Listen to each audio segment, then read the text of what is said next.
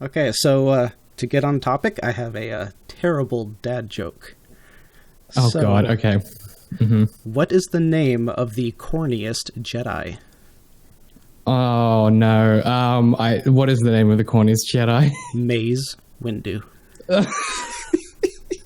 Oh, that's terrible. Yes, it's terrible. But that got us on track to talk about a scene that I just freaking love that never really gets talked about, and that's when Mace just completely goes out of the window. Yeah, he gets completely zonked out by the lightning, right? Yeah, so the reason that that scene is so interesting to me is that him getting thrown out of the window was actually like a really pivotal part of the film as far as the audience and their connection with Anakin and them seeing his fall, because Right. like if you think about it, that was the first time that we never actually see Anakin kill anyone. We never see him kill the younglings. All he did was cut off Mace's arm there, and technically Palpatine is the one who killed him. If you imagine that scene differently with Mace's body, like if he were decapitated or something, and then he's just left laying in the room there while Anakin is turning to the dark side, and now you have a dead body that's a physical depiction of Anakin's turn to evil, which is something that we've never had. And it You think reminded me. that'd be too dark for a Yeah. kids movie to just have this corpse in the background while he's getting knighted Yeah. Darth Vader? I guess that's kind of the problem of trying to go between something that might be good for the story and good for character development versus what you're trying to a certain tone that you're trying to stick to with the story. And the reason this whole thing popped into my mind was thinking about the recent videos that I did about Padme, and how when she is confronting Anakin and telling him, don't do this, come back to me, on all this kind of stuff, that scene is so pivotal because from the audience's perspective, that's when they are seeing, oh, he's now a bad guy. Oh, we're seeing the anguish that she is suffering. We haven't actually seen another character suffering. We've seen Yoda and Obi-Wan sad while they're watching the recordings and stuff, but this is the first person to person thing, and I realized that's why it was so important for Mace's body to be thrown out of the window. It wasn't just some like random decision that George made. It was like a very intentional story point that let's kill him, let's get him out of there, but let's not dwell on it. Let's come back to this. See, that's so interesting to me because I think it's also, I like what you said there about it's the first time, the follow-on from that is the first time we see someone else suffering, like instead of just Anakin, because I think a lot of what we get of his turn to the dark side is his internal kind of world where he's just like constantly in pain, and every time he tries to reach out, the way that he reaches out, like he's just self-involved enough that when he's reaching out for help to the people around him, he's doing it in such a way that is just self-involved enough that people instinctively like flinch and are like, fucking leave me alone. So it's kind of interesting, yeah, that this scene is him, this is the first time he's killed a person, or at least what the movies consider to be a person, because we did watch him kill all those sand people. But I think anytime you put the word people after a description, I think it's safe to say the movie doesn't count them as people. But even that hurt him, right? He's like, I look at all what I've done, Padme. I'm in a lot of pain about this. And she's like, anger makes you human, right? But this is the first time, you're right, that we see him do something really heinous. But it's also interesting to me that Mace gets, I almost said Dooku, that Mace gets thrown out the window, because this is like, Jedi's bodies not being, on the floor is like a thing that starts to happen a lot in Star Wars, where it's like you have to have like a magical wizard's death, right? Luke fades away into dust or whatever the hell happened, sunrise. I can't remember most of that film. Like Yoda does the same thing. He just like vanishes. There's something about the coding of that I find really cool in this scene, because the idea that like, even though Mace gets completely murked by Anakin and then lightninged out this window, the implication here is that, there is something, it's a magical death in some sense for Mace. Like he's afforded this, he doesn't get the kind of grotesqueness of his corpse on the ground. He gets to exit the scene, I was going to say gracefully, but I mean, I don't know if getting thrown out a window by lightning is graceful, but yeah, there's certainly something there about like, the kind of rhyming of this series and the way that stuff carries through. But yeah, no, you're totally right. I can imagine a different version of the scene where you've just got the body in the corner. It's it's a bit of a different tone. Yeah. I guess one interesting thing that we have to consider is that Lucas may have also done this on purpose because he was actually planning that Mace was not dead. I mean, that's been a fan theory for a long time, because like Mace literally jumps out of skyscrapers and lands on cars like we see Anakin do at some point. It's Samuel Jackson has his own fan theory about Mace Windu surviving. Do you know about this? He's been going around for years being like, I have a theory as to how he survived. It's basically what you're saying. He gets his hand chopped off and he, lands on a speeder and then he gets away and then he gets an awesome fake hand because Star Wars. And then, he goes off and does Mace Windu Adventures, which is a TV show I would absolutely watch, by the way. We know Jedi's can fall from incredible heights and survive. So apparently I am not dead. Yes, I have 2 appendages right now, but we know the long and rich history of Star Wars characters reappearing with new appendages and being stronger and better than they ever were. Mace Windu is awaiting his return. Let's make it happen. Kathy? Yes. Like, that'd be a great spin-off. The Adventures of Mace Windu, just about Coruscant with the sweet fake hands, like doing all kinds of weird, cool Jedi stuff. Yeah. That's been rumored for a long time, and Star Wars Theory. I don't know if you've watched any of his stuff, but his part 2 of the Vader Immortal or whatever the name of his series was. That's right, yeah. But it was actually focusing on Mace coming back. I don't know if that's still going forward in production or not, but it was still really interesting for him to, broach what so many fans have talked about for a long time. It's such an interesting... I mean, Star Wars is very like this, where I think, because a lot of the storytelling is quite metaphorical, as opposed... And I think it's because it's picking up the traditions of those kind of, episodic sort of space fantasies that Lucas was basing it off. The idea is that you kind of come into them... You always feel like you're partway into a story. You never quite have a full picture of what's going on because the story is always moving in different directions and you never quite have all of the threads of the puzzle. And that's why I think people become so engendered in the universe and so engaged in theorizing, is like, because there's rarely a definitive kind of, oh, this is what's happening and this is why it's happening. You're always kind of like reading between the lines, which, I mean, this scene's also interesting to me because it comes off the back of, Anakin's decision to go to that room is essentially his, in a video essay I did forever ago, I kind of argued that it's that moment where he becomes Darth Vader, not actually intervening. It's the minute he decides to go to Sidious. It's when he's sitting in the Jedi Council chambers and he's just like in his own head about it, right? He's staring across the city and he's in his own head about this decision he's about to make. And he gets up and he leaves, and that's his decision that's when he becomes Darth Vader, is going to intercede, right? He's already decided, I am going to go and help Sidious because I need that power, right? Or he's like, I'm going to stop Mace from killing Sidious. And then I guess in his head, the alternate outcome is that Sidious will teach him these Sith powers while in prison. Anyway, Anakin's plan is not good here, but Anakin's never been a good planner, so let's not fault him for that one here. What do you think about the fact that Mace loses a hand before he gets thrown out the window? I mean, that is a very Star Wars thing to do. I've heard that levied against the sequel trilogy, that they never had anyone's hand chopped off, although I'm not sure. It may be a hallmark of Star Wars, but I don't know if it's really such an integral thing that it absolutely has to be there. I love the idea that fans are like, man, the narrative was bad and the ending didn't make sense, and I didn't like that second one. But you know what really bugged me about them trilogies? Not the women or the SJW cucks coming in, but you know what it was? It was nobody's hand got taken off, man, and that's just Star Wars. You got to cut somebody's hand off. There's not enough mutilation. Like, this isn't the Saw series. I mean, nobody lost a limb. God damn it! Actually, I think that's even true. So this is a thing that is like rooted in Star Wars, right? This starts with Darth Vader, which is the kind of metaphorical analog happening here, which is that the less human you are, like the more non-human components you have, the less humanity you have, which is obviously like deeply ableist and problematic in retrospect. But this roots all the way back to like the 50s and 60s.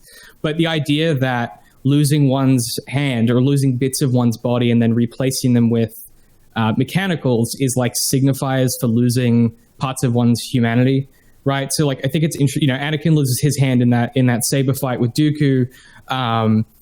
It's the first step, and then you see that wedding scene. He's got that weird, creepy, like gold ass skeleton hand, which is the most like 17-year-old kid move of all time. He's like, give me the fly as hell one with all the bejeweled shit on it. Give me that Gucci hand. But like, and then obviously in the next film, that's his turn to the dark side, right? Grievous is the kind of proto Vader, where it's like the still organic pieces, but he's kind of really fucked up and weird.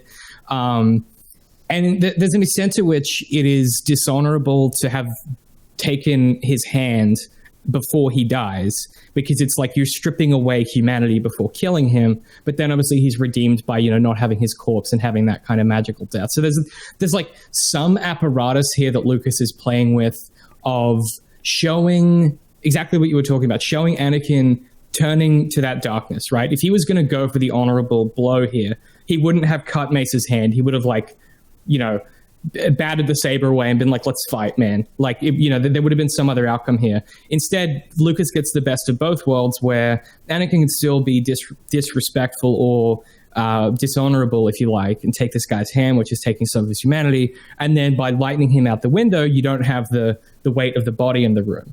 And now I just thought of the very funny alternative, which is you're still lightning him out the window, but the hand's still in the room, which is very funny. Just on the windowsill. Because, Sidious would totally pick that up and be like flopping it around while he's talking to Anakin. He'd use that tonight later. Yes. He put the saber in the thing's hand and have it just... This is why we can't have nice things, right? I had like 5 legitimate things to talk about, and now I'm just imagining the floppy dead hand. I put it out to Darth, and then the saber like rolls onto the floor. But no, because like everything you were talking about, like that's legit out of like the samurai code, right? Like you can only get a killing blow, and maiming them is considered like a dishonor to yourself. Does that sound familiar? This is, and obviously with the amount that this lifts from the kind of Seven Samurai type source material, it's really clear to me that there is some coding here. The fact that they wear the robes, I mean, people talk about this to death, but it's definitely that kind of vibe, which is interesting to me because Qui-Gon Jinn, right, he gets the most honorable death, which is he just gets run through once, and then his body is on the floor because it's a motivator for Obi-Wan to take up his mantle, right? Whereas in this scene, there's nothing honorable about what's going down here. Whereas I think with that scene in particular, and there's something I want to talk about in the third film as it pertains to that at some point, but there's definitely you're right, there is something using that coding of the honor system of the samurai, or at least the Western imagination of the samurai kind of in how they construct honor. Because it's pretty messed up to cut a dude's hand off and then he doesn't even we have no proof that Mace Windu isn't dead. If Anakin was going to be a real one, he would decapitate Mace Windu. That would be the move, right? Instead, he gets his hand chopped off and thrown out the window. We have no proof that lightning killed him. He may still be alive until he hits the ground. That's a pretty grisly way to dispatch your foe, right? Mace has got a long time between... They're on the 275th floor of a Coruscant fucking skyscraper, right? He's got a long time to consider what all his mistakes were before he hits the ground, And Mace, correctly, is I never trusted this kid. And he makes the mistake once of trusting Anakin. It gets him killed. So, I mean, another interesting way to think about it is, I don't know how much thought Lucas put into it, but if they had Mace die there and stay in the room, then they would have had to explain the concept that he didn't turn into a ghost, just like Qui-Gon didn't turn into ghost, which in the context of the story is because they didn't learn how to do that until at the end of episode 3, when Qui-Gon had halfway transferred into being a Force ghost, so he could exist as an incorporeal spirit, so he could appear to Yoda as a voice. Oh my God, but he couldn't. Right. So I don't know how much of that you actually knew, because that's not really explained too much. But I didn't think about. Well, it's from a deleted scene in Revenge of the Sith, which is where Yoda's like Obi-Wan has just killed his best friend, he thinks, right, and left him burning alive. He's had the most harrowing day of his life, and Obi-Wan still covered in ash, right, the same day, hasn't even had time to have a shower. Yoda's like, hey, man, listen, your old master, I talked to him. He's not dead. He worked out immortality. And Obi-Wan's like, I'm busy. I got other stuff on my mind, dude. Can I have a shower first? Can I hit the lockers? What are we doing? Yeah, but it's from a deleted scene. And then what you end up with in the movie is just like this throwaway comment of like, yes, Qui-Gon, Qui-Gon found the immortality he did, or whatever the hell, instead of that expository bit. But no, you're right. That is, there's no way for, Mace he seems like he would have worked it out. Mace seems like he's kind of, he seemed like a pretty smart Jedi. I feel like if he did have the opportunity to lie on the ground, he'd be like, yeah, I worked out that ghost stuff way before all of you. You took how many years? You took 20 years, dude? Man, what you been doing? Out here sleeping on the job. I did it like that. He's like 2 minutes in. He's like, oh, yo, I'm a ghost now. Check it out. That's actually the proof that he's not dead, because his ghost would have showed up a long time ago. Instantly. And with a full head of hair, too. He's like, I worked that out, too. I'm going to be bald in the eternity. I'm getting that hair back.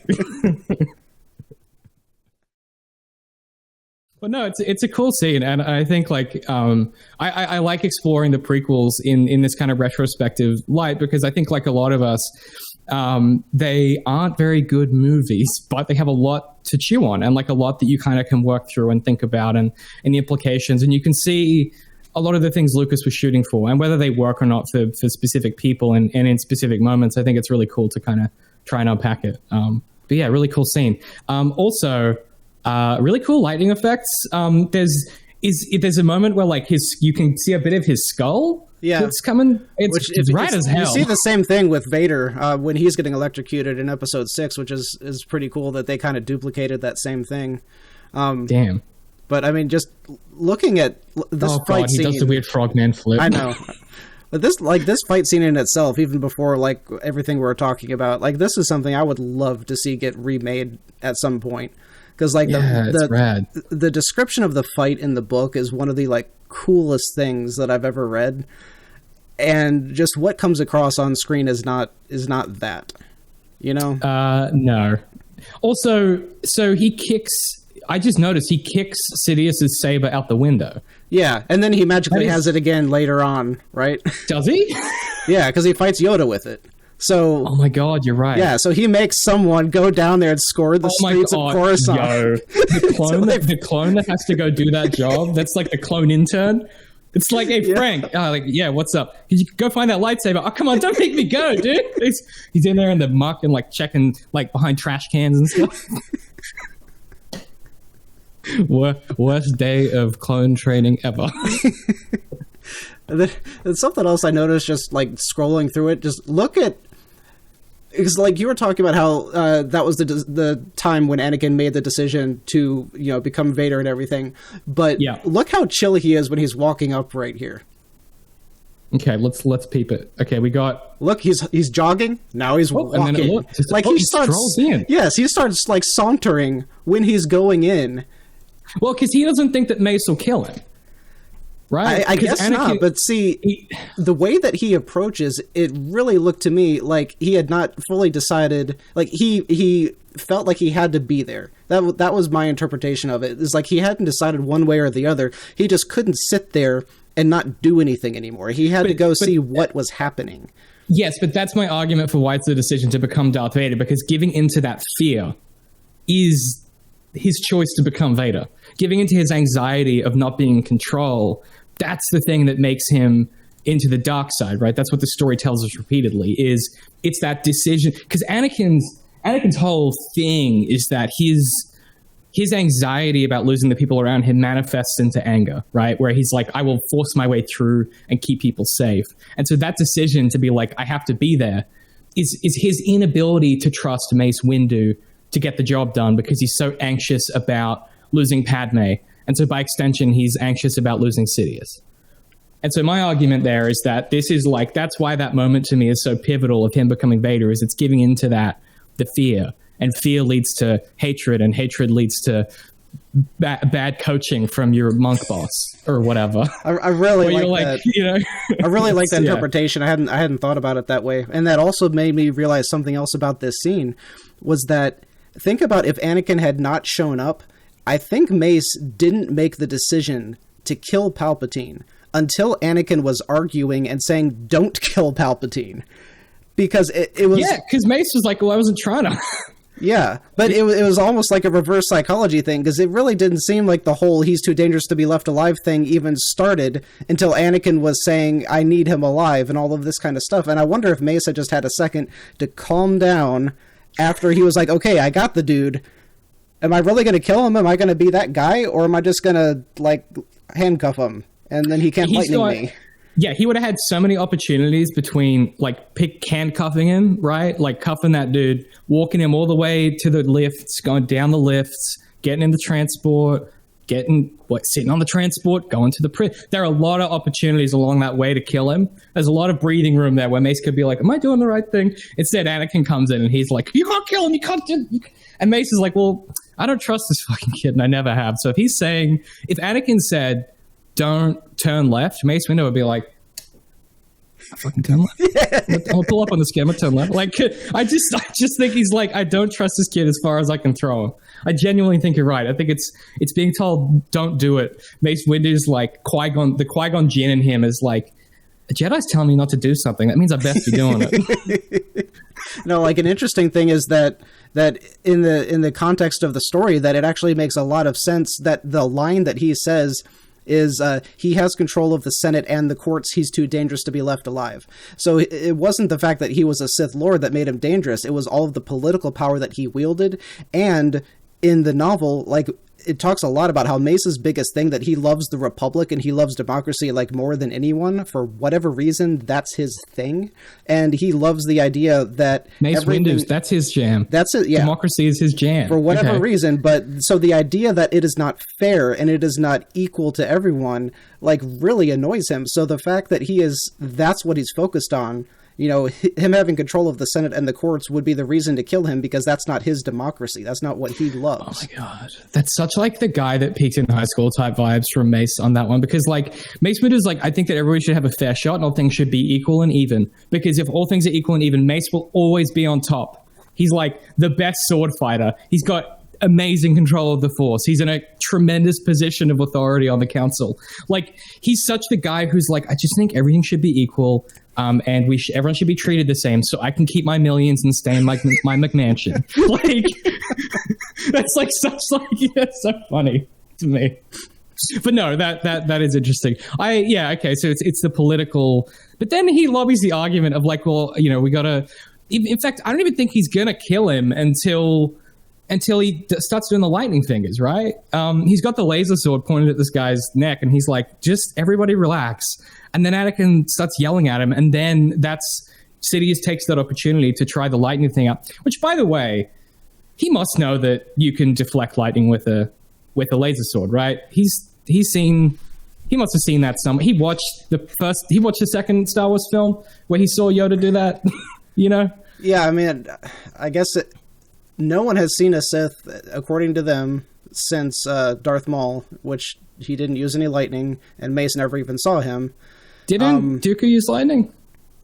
No, Did Dooku use lightning? Hang on, I guess well, yeah, against Yoda he did. But the real question is, did that ever happen when, like in the Clone Wars or anything, when Mace was fighting Dooku? If that ever happened, because I haven't actually finished the whole thing. I'm partway through. Almost certainly. I can't remember, but almost certainly. But that's the question, is like, would he actually ever have faced a Sith so that he knew? Or, I mean, that's actually really easy information for Yoda to say, hey, 1,000 years ago when I fought a Sith, just, you know, hold up your sword. Just like heads up. Yeah. I mean, this is their playbook or whatever. But that's what I mean. Like, Sidious should know that he knows this is coming.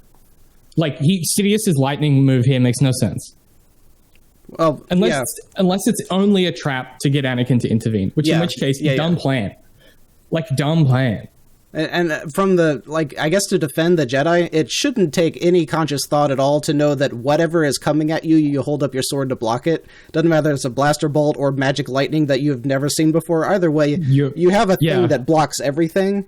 So you have a tool that can do basically everything. It's a laser sword, guy. Just do this.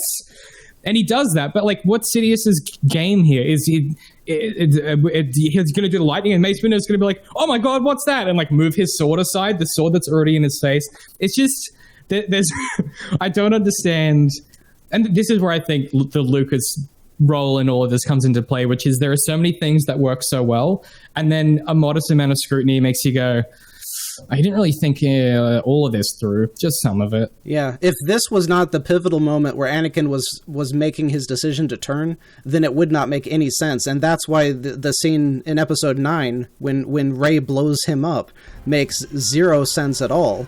Because him keeping, he keeps pushing the lightning like he's going to break through her 2 lightsabers or something. Like that's a thing that's ever happened. Yeah, but and everyone made fun of it, rightfully so, because there's no purpose to him suffering, whereas this scene has a purpose to him suffering. Okay, I could see that. I get that. I get that on a metaphorical level. I just think on a scene level blocking, like you could have prevised this, and someone in the storyboarding stage should have been like, I don't think it makes sense for Sidious to lightning him like that. Like there are a lot of opportunities where someone should have said no, but as we know, nobody says no to George. So yeah. I just think it's a really cool and interesting scene. Well, think about it. No one said no to J.J. Abrams. No one said no to Rian Johnson. No one said no to Abrams again. Like, well, the problem was that when it got to the point where they got Abrams back in, they were like, we done messed up, guys. They're like, we done a bad one, actually. Do what you can, but there's no saving this. I think, look, I would pay an irresponsible amount of money to see the final movie redone by Johnson. I think that would be so fascinating as an exercise, just to see what that script would look like. I actually would not, like, I am not a fan of him, and I still am refusing to see Knives Out for a little while until I fully recover in my soul. I've been trying to. I'll badger you into it over time. I'll just keep nagging. But I would enjoy seeing an entire trilogy. If he had done 7, 8, and 9, it could have been good. If anyone had planned any of it whatsoever, yes. It could have been good. Because I don't mind a lot of the choices, that I could see what he was going for, and some of them could have been really cool. But the fact that it seemed like he intentionally just said, screw everything before it, screw everything after it, I'm doing something different that you won't be able to follow at all. So it's like he made a standalone movie and knew he was making a standalone movie. I mean, it's kind of hard as hell, though, isn't it? Yeah. Like to me to come in and be like, hey, what's going on? Let me try this one out. Besides, what are you guys doing? How do you think about this? I don't know. I kind of respect that. I kind of think it's cool. Even if it did really paint them into a hole. And there were ways out of it, and there was clearly direction that you could have gone with that. And Disney went, absolutely not. That sounds too much like accidentally doing a story that could be interesting, which risks offending people. That's a much larger conversation. And we will at some point talk about that scene with Sidious and Rey, because I have a lot of thoughts there. We need to talk about how they built up the transition between episode 8 and episode 9, because if they had stuck with what Ryan set up, which should have been impossible to get around, 9 could have been really darn interesting. That's what I mean. You've got all the pieces in the puzzle box, guys. You just gotta take a risk. And I think taking a risk is so antithetical to what Disney do these days. Writ large, not necessarily individual projects, but kind of as a broad strokes, right? There is such an anxiety with taking risks, because that may not sell enough tickets, and et cetera, et cetera, et cetera. You know, the capitalist rant. But it is interesting to me that you're right. The difference between the prequel trilogy and the sequel trilogy is the prequel trilogy were always about something. Even if the way that they were about that something was pretty poorly handled sometimes, they're all about Anakin's transition into becoming Darth Vader. How does he get there? And they fumble it, and it's insufferable at times, but at least it's kind of all going somewhere. And that at least gives it direction in a way that, you're right, some of the other stories in Star Wars really struggle with that, particularly the sequel trilogy. It is unfortunate. I was actually hypothesizing the other day about what if they had not made the prequels focus so much on Anakin and had him be more of a kind of a side plot of him falling to the dark side, and they focused a whole lot more on the Jedi. And you could cover the political stuff without it being so political that it gets bogged down. But when you really look at it, the entire point of the prequels was the clones and the war. Anakin was a complete byproduct. He didn't matter at all. Like, his turn to the dark side did not create the Empire. It did not put Sidious in power. He was actually... No, Jar Jar did. I will do a 4-hour movie about Darth Jar Jar.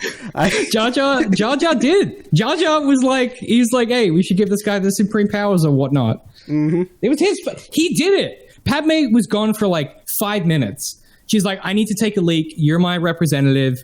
Jar Jar, don't screw it up. And she comes back. She's like, Jar Jar democracy, my dude. How did you do that? I was gone for 2 minutes. And he's given the supreme powers to the... it's crazy. And the interesting thing is, like, after that, they kept him around. Like, all throughout the Clone Wars, he's still going on, like, missions with them and stuff. I have a clip that I want to show you in the future of my favorite and one of the worst pieces of Star Wars ever that involves Jar Jar pretending to be a Jedi. So look forward to that. Yes. It's one of my favorite scenes of all time. It's a lot. Yes, it was so ridiculous. I had to turn off my brain, and then I enjoyed it. I think it's very fun. I think there's a lot of things in it which are really revealing about the ways in which these characters know more than they let on, and people are really good at not saying exactly what they mean in a really interesting way. Also, just circling back to your point about politics, I would have made it more political if I was going to rewrite these prequels. I would have lent into the politics more, because I have a theory about politics in like movies and books and stuff, which is that politics is good actually, and people like politics actually. What the issue is, it's just when they're shown politics they don't like, or that they don't agree with. That's what people have an issue with, not the idea of politics in content, because it's really interesting.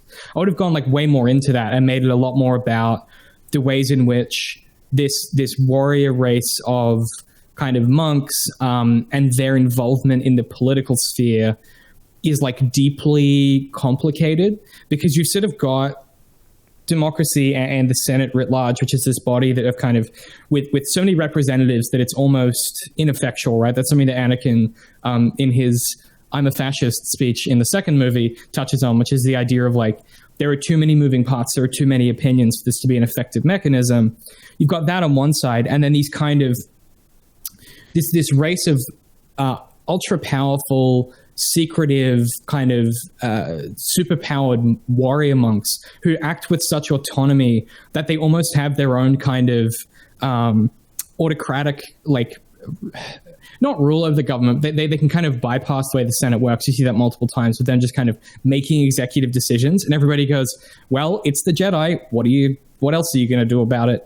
And that to me is really interesting, and could make for like 3 really compelling movies of like, what does that mean for the people who wield those powers? Like, when you are a Jedi, what does that responsibility actually mean, that you can circumvent democracy to impose your will on a situation? What does that mean for you on a personal level? So if you were still going to do Anakin's story, what does it mean on a personal level? How does that change the way you view the world? Like, you would become the guy that's like, I can do anything, potentially. Or you become Mace Windu, who's like, actually, democracy's great. Like, there are so many compelling threads to pull on. Instead, you know, it's not that. It's a bunch of other stuff that is fine, but is never quite good. That second movie is almost unwatchable at times because of some of this stuff and the way that politics is rendered to be about individuals rather than systems. And I think that's probably Star Wars' biggest kind of swing and miss, I suppose, in some sense. The Clone Wars gets it real later, the animated series, but certainly the movies view politics as individuals exerting their will on the structures rather than the way that structures change the way individuals can impose their will. And I just think that misalignment is sometimes where Star Wars gets a bit not lazy, but you can tell that there's some of that post kind of Two Towers War on Terror stuff creeping in, of like, the reason that George is painting these politicians that way is because that's the way that the politicians of the time are behaving. Is they're like, I'm an individual and I will make decisions, and we are individual heroes in politics. It is not systems. It is about individual people. It's about the goodies versus the baddies. It's about us versus this enemy we've found. And no, we've killed that enemy. Let's invent a new one. The Star Wars prequels, I could talk about this for hours, but the Star Wars prequels do this very, very well. Who's the first baddie? It's Darth Maul. We've killed them. Okay, we need to find a new baddie to focus on in the Senate. And the Jedi. Okay, it's Dooku. Okay, we've dispatched Dooku. Who's the next baddie? And it's just that forever because it justifies the spending and it justifies the clones and it justifies the death and the war machine and the increasing powers provisioned to Sidious. And there is something about Lucas's apprehension of where democracy was going and where it eventually got us to in 2018, 2019, that is oddly prescient for a man who also thought that Jar Jar was a good idea. So I don't know. Is he a genius or a fool? No one can say. Well, I want to latch on to one thing that you just mentioned, which was really fascinating. And you were talking about the Jedi and how this mystical band was granted so much power in this democracy. They were like not quite dictators in the democracy, but it was pretty darn close. Like if the Jedi Council says something, I'm pretty sure they would have anyone arrested without trial if they had decreed, the Force told me to. Yeah, and they're more like secret police or something. But the interesting thing about it is like, think about the real world comparison, and it would, pick your religion, but like if Christians could literally prove with physical actions that their religion was real, which the Jedi can do. They can move stuff. They can control people. They can prove that the Force is real. If that happened in real life, like the Christian sect or whatever sect that could physically prove that stuff, they would be in control of whatever government there was because they could prove that a higher being was real and that they controlled that power. So it's completely believable that the Jedi Order would have as much power as they do inside that democracy, because the same would be true for us. Absolutely. That's really interesting. Yeah, you would absolutely be like, you know what, you guys do your thing. I'm going to stay out of your way. Don't laser sword me, please. Yeah. Like, you don't want to meet a Jedi that disagrees with you in a dark alley, right? Like there is, and we see a bit of that in the second film as well, where like seeing Jedi go into full cop mode, right? The first sort of half of that film is like a noir detective story for Obi-Wan when they're in that nightclub, and they're in full cop mode and they dispatch this person and Obi-Wan turns to everybody. He's like, it's Jedi business. Go back to what you were doing. That is like it's so interestingly indicative of the way that they're treated in society. Like the second that he's like, it's Jedi business, people are like, okay, I am staying the hell away from that. There's an understanding here that these guys are news and they're not always going to be good news if you get in the way. And that to me is really compelling. As an apparatus of storytelling that Lucas really doesn't seem to know what he wants to do with. And that's kind of why I find the way that that's why I find the Old Republic stuff so compelling and interesting as a concept in storytelling. Is I find it fascinating to see these guys as part of society. It's cool when they become mythologues and no one's really sure if they exist. And, the Mandalorian does a really good job with that. But like seeing them in action and seeing them interact with just regular folk is so fascinating, and it's part of why I love the Clone Wars TV show, is you get to see so much more of that, and the way that people, when they misread Jedi and Jedi's intentions, it doesn't go well for them. You got to be playing ball with these guys or you're going to get yourself into trouble, and that's a really compelling kind of archetypal character to be able to continually deploy. Plus I like their swords are cool. That's the other thing. So I like they get a little different colors and stuff. Darth, what color laser sword would you have if you could have? What's your color move? I'd probably totally be evil and have a red one. Yeah, I feel like that's the move, isn't it? I mean, I'd be down the gray Jedi path, and I'm like, if you're a bad guy, you're getting decapitated. Like, you don't need a trial. I mean, you're full Mace Windu. Yeah.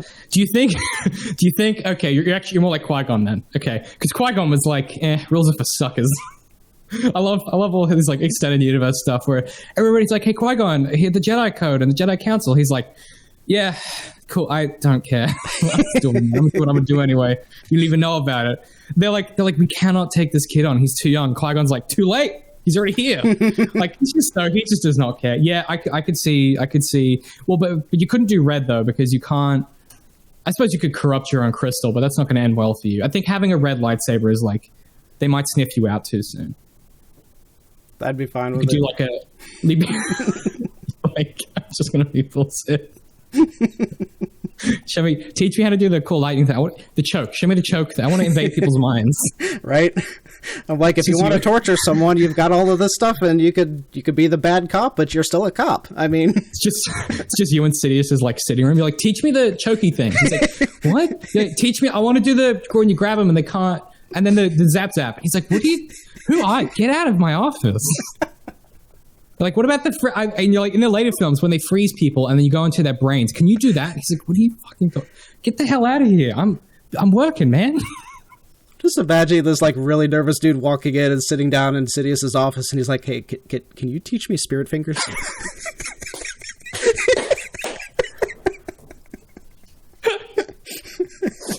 Sidious is like on the holocron with like another senator. He's like, I'm on Zoom right now. he's like working from home with the kids. He's like, I can't talk right now. I'm on a call. And you're like, spirit fingers in the background. He's like, sorry, can you just hold? You're being very distracting. Can you sit still? Just you're like trying to do it in the background. You're like, that's why Darth shouldn't be in Star Wars. All right. Well, at the risk of going another 2 hours, let's call that. What do you think? Sounds good. Yeah.